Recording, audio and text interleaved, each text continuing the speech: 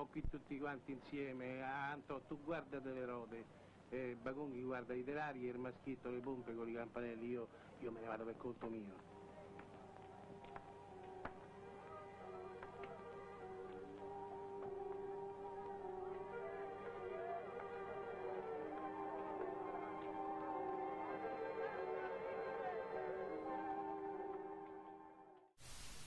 The bicycle is an amazing mechanical contraption.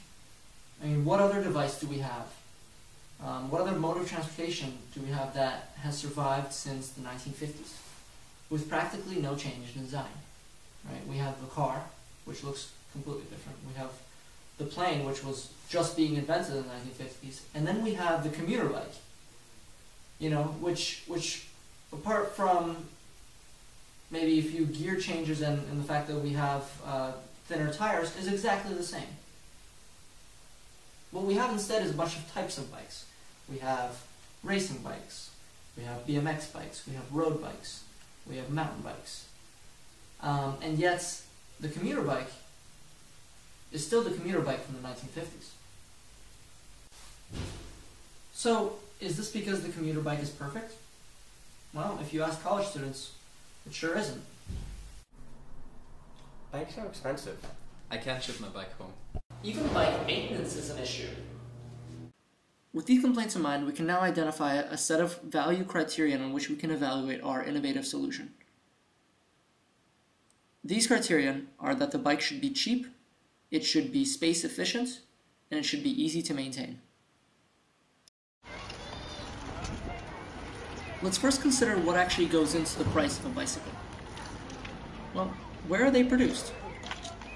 Ever since Schwinn shut its remaining Chicago factory, the world center for bike manufacturing has been Taiwan and mainland China. These bikes, mind you they weigh 25 to 30 pounds, are then shipped in barges across the Pacific and Atlantic to European, African, and American markets. Upon arrival to their port of destination, these bikes are then distributed among local bike shops. Then they have to be unboxed, cleaned, their wheels have to be set up, their brakes have to be set up, the chain has to be oiled, they have to be stored somewhere, they have to be marketed, and someone actually needs to buy them.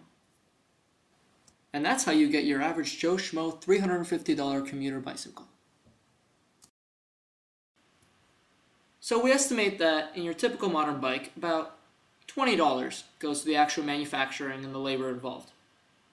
$45 goes to international shipping and domestic shipping.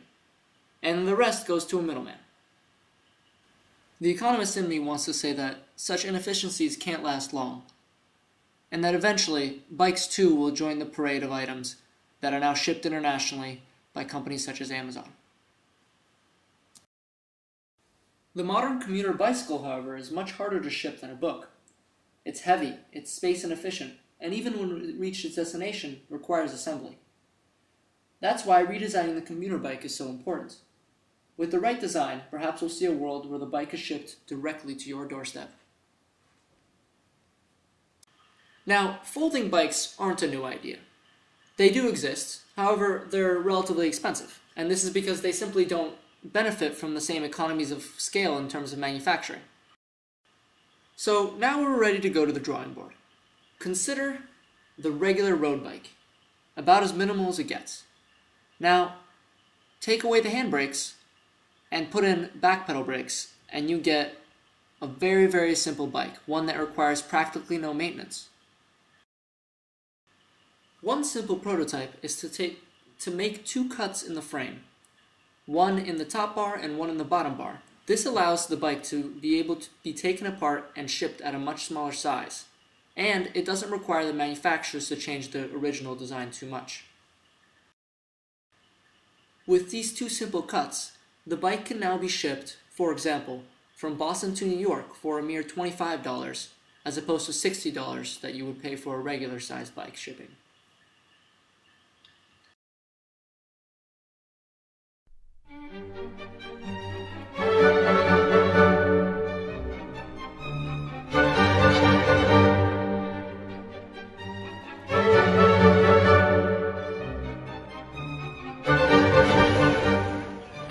The design is open source. but there's a way to do better. And I hope that this can be a stepping stone to finding that way.